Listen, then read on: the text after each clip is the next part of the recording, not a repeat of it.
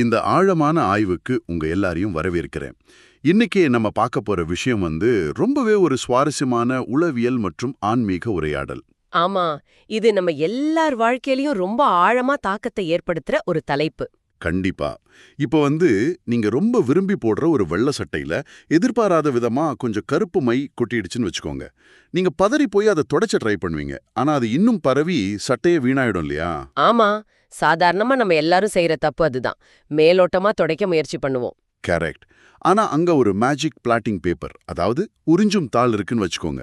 அது அந்த கரை மேல வச்ச உடனே அது மைய துடைக்காம அப்படியே அடியாழம் வரைக்கும் உறிஞ்சி எடுத்துருது. சட்டை பழையபடி ஆயிடுது. இது எப்படி இருக்கு? வாவ், கேக்குறதுக்கே ரொம்ப நல்லா இருக்கு. ஆனா இத நம்ம மனசுக்கு எப்படி பொறுத்துறது? அதான் இன்னைக்கு நம்ம பார்க்க போறோம்.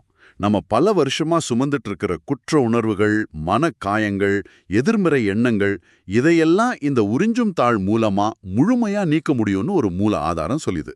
அதுதான் 28 மார்ச் 2026 நாளிட்ட முரளி அப்படிங்கிற ஒரு ஆன்மீக வகுப்போட குறிப்புகள். ஓ, அந்த குறிப்புகளா? இதுல சுவாரஸ்யமான விஷயம் என்னன்னா, இந்த உரை வெறும் மேலோட்டமா மனசுக்கு ஆறுதல் சொல்ற தத்துவங்களை மட்டும் கொடுக்கல. அப்ப வேற என்ன சொல்லுது? அதாவது மனிதர்கள் ஏன் இவ்ளோ தீவிரமா துன்பப்படுறாங்க, ஏன் ஒருத்தருக்கு ஒருத்தர் காயப்படுத்திக்கிறாங்க அப்படிங்கிறதுக்கான உளவியல் வேர்க்காரணத்தை இது ரொம்ப துல்லியமா சொல்லுது. அந்த வேர்க்காரணம் என்னன்னு அது வரையறுக்குது. அந்த வேர்க்காரணத்தை இது தேக அபிமானம் அப்படின்னு சொல்லுது. அதாவது பாடி கான்ஷியஸ்னஸ். இந்த உடம்பையும் சமூகம் நமக்கு கொடுத்திருக்கிற அடையாளங்களையும் மட்டுமே நம்ம முழுமையான உண்மைன்னு நம்பி அதுக்குள்ளேயே நம்ம சிறைப்பட்டு போறதுதான் எல்லா பிரச்சனைக்கும் காரணம். புரியுது. இந்த தேக அபிமானம் அப்படிங்கிற கருத்தை நான் இப்படி பார்க்கறேன். நம்ம ஒரு நாடகத்துல நடிக்கிறோம். அந்த நாடகத்துக்காக ரொம்ப இறுக்கமான, நமக்கு சற்றும் பொருந்தாத ஒரு சங்கடமான உடைய, அதாவது காஸ்டியூம் போட்டிருக்கோம். ரொம்ப சரியான ஒரு ஒப்பீடு இது. ஆமா, நாடகம் முடிஞ்ச பிறகும் அந்த உடைய கழட்டாம அந்த உடைதான் நான்னு தீவிரமா நம்பிடுறோம். அந்த உடையில ஒரு சின்ன கீறல் விழுந்தா கூட, யாராவது அதை விமர்சிச்சா கூட, அது நமக்கே நடந்த மரண வலியா நினைச்சு துடிக்கிறோம். கரெக்ட். அந்த இடத்துல தான் நம்ம ஈகோ சீண்டப்படுது. ஆமா, இந்த உரை என்ன சொல்லுதுன்னா, ஆத்மாவுல படிஞ்சிருக்கிற ஆழமான பாவங்களையும் கரைகளையும் உறிஞ்சி எடுக்கிற ஒரு ஃபர்ஸ்ட் கிளாஸ் பிளாட்டிங் பேப்பரா இறைவன், அதாவது சிவபாபா செயல்படுறாருன்னு சொல்லுது. நிச்சயமா. நீங்க சொன்ன அந்த ஈகோ சீண்டப்படுற இடத்துல இருந்து தான் அத்தனை உளவியல் சிக்கல்களும் தொடங்குது. மனிதர்கள் மத்தவங்களோட பேரு, உருவம், பதவி, அழகு இதுல ஈர்க்கப்பட்டு சிக்கிக்கிறதுனால தான் ஒருத்தருக்கு ஒருத்தர் துக்கத்தை கொடுத்துக்கறாங்க. அதாவது ஒருத்தரோட நாடக உடைய இன்னொருத்தரோட நாடக உடையோட ஒப்பிட்டு பார்க்கறதுனாலயா? அதேதான். அப்படி ஒப்பிட்டு பார்க்கும்போது தான் பொறாமை, கோபம், தாழ்வு மனப்பான்மை எல்லாமே பிறக்குது. ஆத்மா தனக்குத்தானே போட்டுக்கிற மிகப்பெரிய திரை இது. அது சரி. ஆனா எனக்கு இங்கே ஒரு பெரிய முரண்பாடு தோணுது. என்ன முரண்பாடு? இப்ப நம்ம செய்யற தவறுகள், எதிர்மறையான பழக்க வழக்கங்கள், பல வருஷமா நம்ம சுமக்கிற கோபம், இதெல்லாம் நம்ம மூளையோட நரம்பியல் பாதைகள்ல, அதாவது நியூரலாஜிக்கல் பாத்வேஸ்ல ரொம்ப ஆழமா பதிஞ்சிருச்சு இல்லையா? ஆமா, அறிவியல் பூர்வமா அது உண்மைதான். அப்படி இருக்க வெறுமனே ஒரு பிளாட்டிங் பேப்பரை, அதாவது இறைவனை நினைவில் கொள்வது மட்டும் எப்படி அந்த ஆழமான கரைகளை அழிக்கும் ஒரு எரேசரா மாறும்? வெறும் நினைவு அப்படிங்கிறது ரொம்ப சாதாரணமான ஒரு விஷயமா தோணுதே. இல்ல, இது மேலோட்டமான ஒரு நினைவு கிடையாது. இது ரொம்ப ஆழமான ஒரு உளவியல் மற்றும் ஆன்மீக செயல்முறை. இதை நம்ம தர்க்க ரீதியா புரிஞ்சுக்கணும். அதாவது எப்படி செயல்படுதுன்னு சொல்றீங்க? இப்ப நீங்க உங்களோட உடல் அப்படின்னு நினைக்கும் போது உங்க ஈகோ தன்னை தற்காத்துக்க தொடர்ந்து போராடுது. என்ன யாரும் அவமதிக்க கூடாது, என் பதவிக்கு ஆபத்து வரக்கூடாது அப்படிங்கிற அந்த பதற்றம் மூளையில் இருக்கிற அந்த எதிர்மறை நரம்பியல் பாதைகளுக்கு தொடர்ந்து எரிபொருளை கொடுத்துக்கிட்டே இருக்கு. ஓ, நம்மளோட பயமும் ஈகோவும் தான் அதுக்கான எரிபொருள்னு சொல்றீங்க.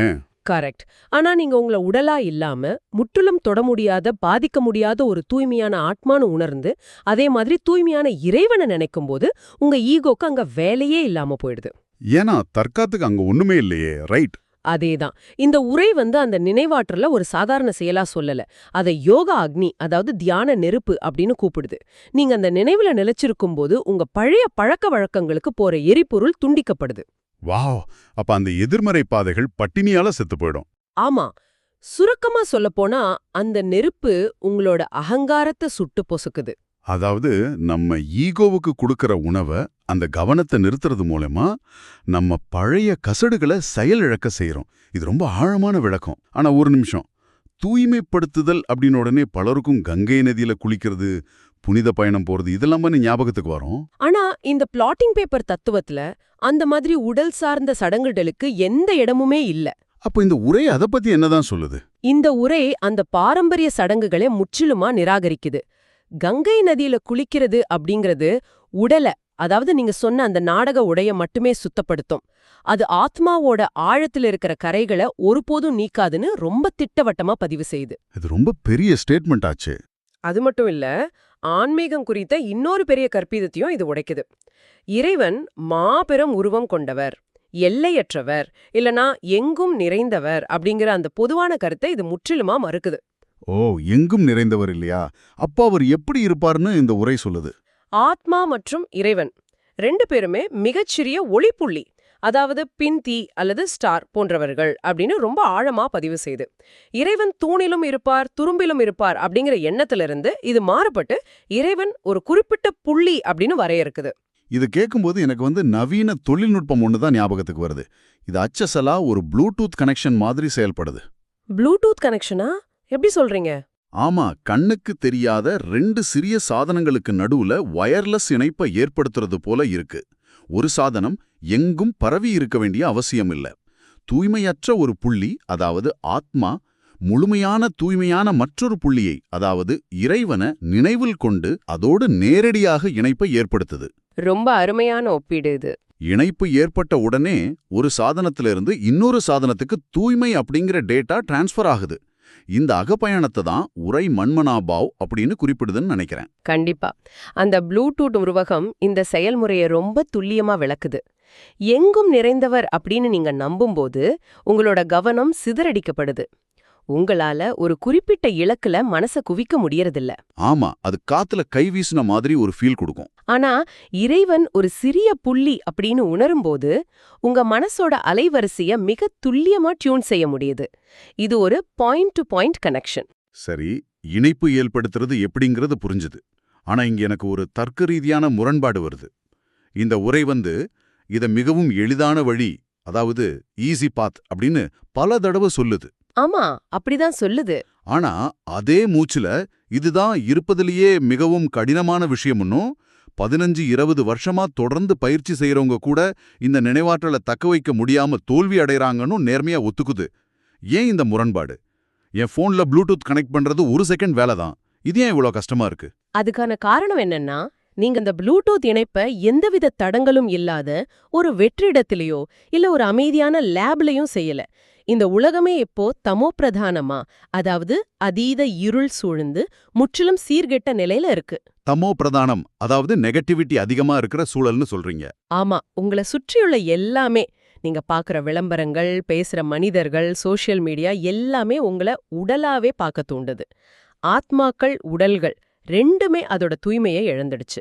இப்படிப்பட்ட கதிர்வீச்சு உள்ள சூழல்ல அந்த இணைப்பை ஏற்படுத்துறது மாயை அப்படிங்கிற ஒரு பெரும் தடைய சந்திக்குது. அந்த மாயை அப்படிங்கறத நம்ம எப்படி புரிஞ்சுக்கிறது?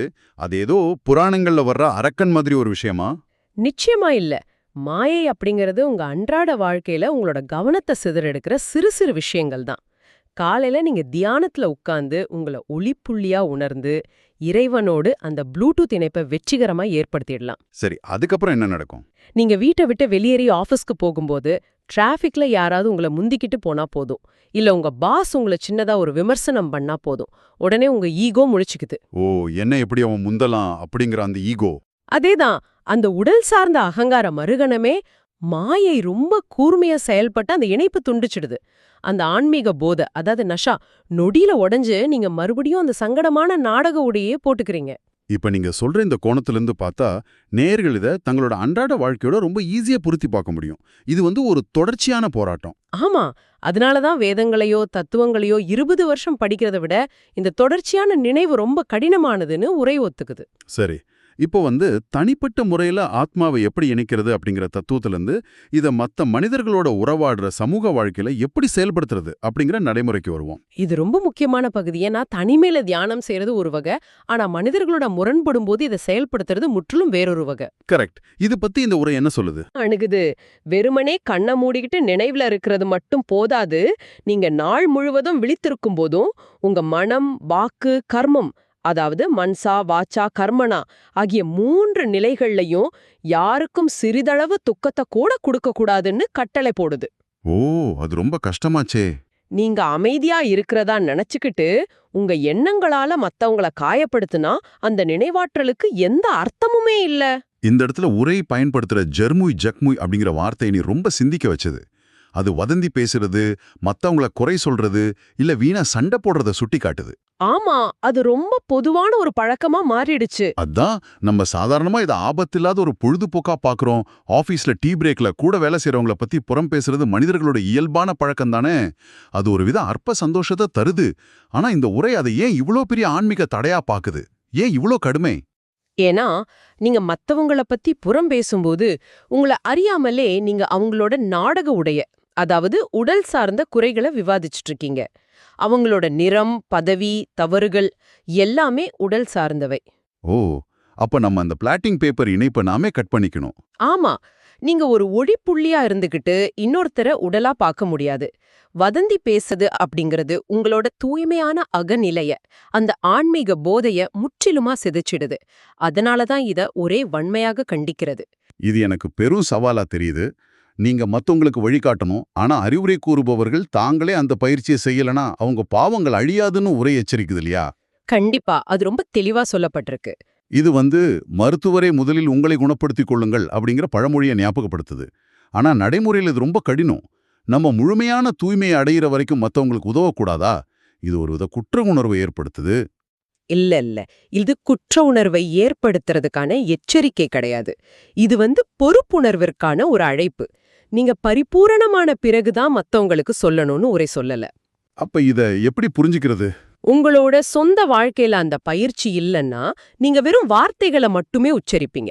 அந்த வார்த்தைகள்ல எந்த சக்தியும் இருக்காது. மத்தவங்களுக்கு வழிகாட்டுறது அப்படிங்கிறது மேடையில நின்னு சொற்பொழிவாற்றுறது கிடையாது. அப்ப வழிகாட்டுறதுனா என்ன? உங்களோட மனநிலை அவ்வளோ இனிமையா மாறணும். அத உரை மீதி அவஸ்தா, அதாவது இனிமையான மனநிலை அப்படின்னு சொல்லுது. மத்தவங்க உங்களை பார்த்தா, ஆஹா இவங்களும் ஒரு பிளாட்டிங் பேப்பர்கள் தான் அப்படின்னு உள்ளூர உணரணும். வாவ், இது மிகப்பெரிய ஒரு பாய்ச்சல். நம்ம இதுவரைக்கும் இறைவனை பிளாட்டிங் பேப்பரா நினைச்சு நம்ம கரைகளை துடைக்கிறத பத்தி பேசணும். ஆனா இப்போ நான் என் இனிமையான மனநிலையோட மூலமா மத்தவங்களோட கவலைகளையும் துக்கத்தையும் உறிஞ்சி எடுத்து அமைதியை தர்ற ஒரு மனித பிளாட்டிங் பேப்பரா நானே மாறணும்னு சொல்றீங்க. இது நிஜமாவே ரொம்ப உயர்ந்த ஒரு நிலைதான். வெறும் அறிவுரைகளை வழங்குறதோ இல்ல பணத்தையோ பொருளையோ தானம் செய்யறதோ பெரிய விஷயம் இல்ல. உங்களோட சொந்த அமைதியான மனநிலை மூலமா மத்தவங்களுக்கு ஆறுதல் தர்றது, உங்க மனசால் சக்திகளையும் செயல்களால் நற்பண்புகளையும் தானம் செய்யறது மிக உயர்ந்த தானம். இததான் உரை மகா தானம் அப்படின்னு பெருமையா குறிப்பிடுது. நான் அமைதியா இருக்கிறது மூலமாவே ஒரு வார்த்தை கூட பேசாம என்னைய சுற்றியுள்ள உலகை குணப்படுத்த முடியும் அப்படிங்கிற எண்ணம் மிகப்பெரிய பொறுப்பு தருது. ஆனா இது ஒரு சாதாரண மனிதனால சாத்தியமா? சாத்தியம் அப்படிங்கறதுனால தான் இதை உரை வலியுறுத்துது. இததான் சக்தி ஸ்வரூபமா, அதாவது எம்பாடிமெண்ட் ஆஃப் பவரா மாறுது அப்படின்னு வரையறுக்குது. நீங்க எதற்கும் உதவாத பலவீனமான மனிதர் கிடையாது. ஓ, நம்மள பத்திய நம்ப பார்வையே மாறுதீங்க. ஆமா, உங்களோட சொந்த மேன்மையின் மூலமா நீங்க புதுமையின் கொடிய பறக்க விடும்போதுதான் மத்தவங்களுக்கு அந்த அமைதி தானாக சென்றடையும். நீங்க உங்களை மாத்திக் கொள்ளும்போது உலகம் தானாகவே மாறத் தொடங்குது. புதுமையின் கொடி, அந்த வார்த்தை பிரயோகம் ரொம்ப அருமையா இருக்கு. ஆனா இந்த நெடிய பயணத்துல நம்ம சோர்ந்து போக வாய்ப்பு இருக்கு. தொடர்ச்சியான வீழ்ச்சிகள் வரும்போது நம்ம மாயக்கிட்ட தோத்துட்டோமோ அப்படிங்கிற விரக்தி வராதா? அதுக்கான அருமருந்தையும் இந்த உரையோட இறுதி பகுதி வழங்குது. இது ஒரு ஆழமான உளவியல் ஊக்கம். அதாவது இறைவன் உங்க மேல முழுமையான நம்பிக்கை வச்சிருக்கார். ஓ, இறைவன் நம்ம மேல நம்பிக்கை வச்சிருக்காரா? ஆமா, இவங்க மாயையோட தடைகளை அழிப்பவர்கள், இவங்க எனக்கும் மேலாக செல்பவர்கள் அப்படின்னு இறைவன் உங்களை நம்புறார். அந்த நம்பிக்கைய உங்களுக்கு நீங்களே வச்சுக்கணும்னு உரை ஆணித்தரமா உணர்த்துது. இது நிஜமாவே ரொம்ப எம்பவரிங்கா இருக்கு. உங்களை பத்தின சுய சந்தேகங்களை, தாழ்வு மனப்பான்மையை விட்டுட்டு நீங்க அந்த சக்தி வாய்ந்த ஆன்மா அப்படிங்கிற நினைவுல நிலைத்திருக்கணும். இறைவன் உங்க மேல வச்சிருக்கிற நம்பிக்கையை நீங்க ஒருபோதும் உடைக்க கூடாது. இது ரொம்பவே ஒரு அற்புதமான கண்ணோட்டம். சரி, இந்த ஆழமான ஆய்வுல நம்ம இதுவரைக்கும் பேசினது ஒரு சுருப்பமான கட்டமைப்புக்குள்ள கொண்டு வருவோம். கண்டிப்பா. நம்ம சுமக்கிற குற்ற உணர்வுகள், பழைய மனக்காயங்கள், பாவங்களை உறிஞ்சி எடுத்து நம்மள தூய்மையாக்குற ஒரு பிளாட்டிங் பேப்பரா இறைவன் இருக்கார். ஆனா அந்த உறிஞ்சும் தாளை பயன்படுத்துறதுக்கு தேக அபிமானம் அப்படிங்கிற இந்த உடல் சார்ந்த நாடக உடைய நம்ம ஈகோவை நம்ம கழட்டி வைக்கணும். கரெக்ட். நாமோ ஒரு மிகச்சிறிய ஒளிப்புள்ளி, இறைவனோ ஒரு ஒளிப்புள்ளி அப்படிங்கிறத உணர்ந்து எந்த ஒரு கடனைமான உடல் சார்ந்த சடங்குகளும் இல்லாம நேரடியாக நினைவாற்றல் மூலமாகவே அந்த ப்ளூடூத் இணைப்பை ஏற்படுத்தணும். அந்த தொடர்ச்சியான நினைவாற்றல் அப்படிங்கிற நெருப்பு மூளையில பதிஞ்சிருக்கிற நம்ம எதிர்மறை நரம்பியல் பாதைகளை எரிச்சு அழிக்குது. ரொம்ப தெளிவான ஒரு சுருக்கம் இது. எல்லாவற்றுக்கும் மேலாக மாயை நிரம்பிய இந்த உலகத்துல நம்ம எண்ணத்தாலோ சொல்லாலோ செயலாலோ மத்தவங்களுக்கு தீங்கு விளைவிக்காம வதந்திகளை தவிர்த்து நாமே ஒரு பிளாட்டிங் பேப்பரா மாறி மத்தவங்களோட கவலைகளை உறிஞ்சும் மகாதானத்தை வழங்கணும். ஆமா, இதுதான் மையக்கருத்து. இப்ப நேர்களாகிய உங்களை கொஞ்சம் சிந்திக்க அழைக்கிறேன். நீங்க இத உங்க கார்ல ஆபீஸ் போகும்போதோ இல்ல வீட்டு வேலைகளை செஞ்சுக்கிட்டோ கேட்டுட்டு இருக்கலாம். இன்னைக்கு நீங்க பல மனிதர்களை சந்திப்பீங்க. ஆமா, எல்லார் வாழ்க்கையில அது நடக்கும். அவங்க கிட்ட உங்களோட அணுகுமுறை எப்படி இருக்க போகுது? உங்களை நோக்கி வர விமர்சனங்களையும் கோபத்தையும் உங்க அமைதியால உறிஞ்சிக்கிற ஒரு பிளாட்டிங் பேப்பரா நீங்க இருக்க போறீங்களா? இல்ல வதந்திகள், வீண் சண்டைகள் மூலியமா அவங்களோட துக்கத்தை இன்னும் அதிகரிக்க போறீங்களா? இது ஒவ்வொரு நாளும் நம்ம எதிர்கொள்ற ஒரு நடைமுறை சவால் தான். தகவல்கள் மலை போல குவியும், ஒவ்வொரு நொடியும் நம்ம கவனத்தை சிதறடிக்கும் இந்த தமோபிரதானமான உலகத்துல நம்ம அக அமைதிய காத்துக்க இது எவ்வளவு நடைமுறைக்கு உகந்த புரிதல் அப்படிங்கறத உணர்ந்து பாருங்க. இறுதியா இத பத்தி கொஞ்சம் சிந்திச்சு பாருங்க. நம்ம பொதுவா நம்மளை எப்படி அளவிடுறோம்? நம்ம பேங்க் பேலன்ஸ், நம்ம வேலைக்கான பட்டங்கள், சோஷியல் மீடியால நமக்கு கிடைக்கிற லைக்ஸ் அப்படின்னு எல்லாமே கண்ணுக்கு தெரியற அளக்கக்கூடிய விஷயங்கள்ல தான் நம்ம அடையாளத்தை நிலைநிறுத்த விரும்புறோம். ஆனா அது நிரந்தரமானது இல்லையே. அதான் உண்மையை யோசிச்சு பாருங்க. உங்களோட உண்மையான அடையாளம் உங்களோட தோற்றமோ உங்க விசிறிங் கார்டுல இருக்கிற பட்டங்களோ கிடையாது. உங்களோட ஒட்டுமொத்த அனுபவங்களும் உங்களோட ஆழமான வலிகளும் நீங்க பிறருக்கு காட்டுற அன்பும் உங்களோட உண்மையான அமைதியும் எல்லாமே எந்த ஒரு எக்ஸ்ரே இயந்திரத்துக்கும் கூட தெரியாத, கண்ணுக்கு புலப்படாத ஒரு மிகச்சிறிய ஒளிப்புள்ளிக்குள்ள அடங்கியிருக்கு அப்படிங்கறதுதான் அறிவியல் தாண்டிய உண்மை. இது ரொம்ப ஆழமான ஒரு உண்மை. அப்படின்னா அந்த புதிய பார்வை நீங்க அன்றாடம் சந்திக்கிற ஈகோ மோதல்களையும் மத்தவங்களோட ஏற்படுற சிறு சிறு கருத்து வேறுபாடுகளையும் எப்படி கையாள செய்யும்? நீங்க அந்த நாடக உடைய விட்டுட்டு அந்த ஒளிப்புள்ளிய நோக்கி உங்க கவனத்தை திருப்புவீங்களா? அந்த தேடல் ஒவ்வொருத்தருக்கும் ரொம்ப முக்கியம். அந்த கண்ணுக்கு தெரியாத ஆனா உங்களை இயக்குற எல்லையற்ற சக்தி கொண்ட ஒளிப்புள்ளிய இன்னைக்கு தேடி பாருங்க. உங்களோட அந்த தேடல் தொடரட்டும். மீண்டும் அடுத்த ஆழமான ஆய்வுல ஒரு புதிய மூல ஆதாரத்தோட சந்திப்போம்.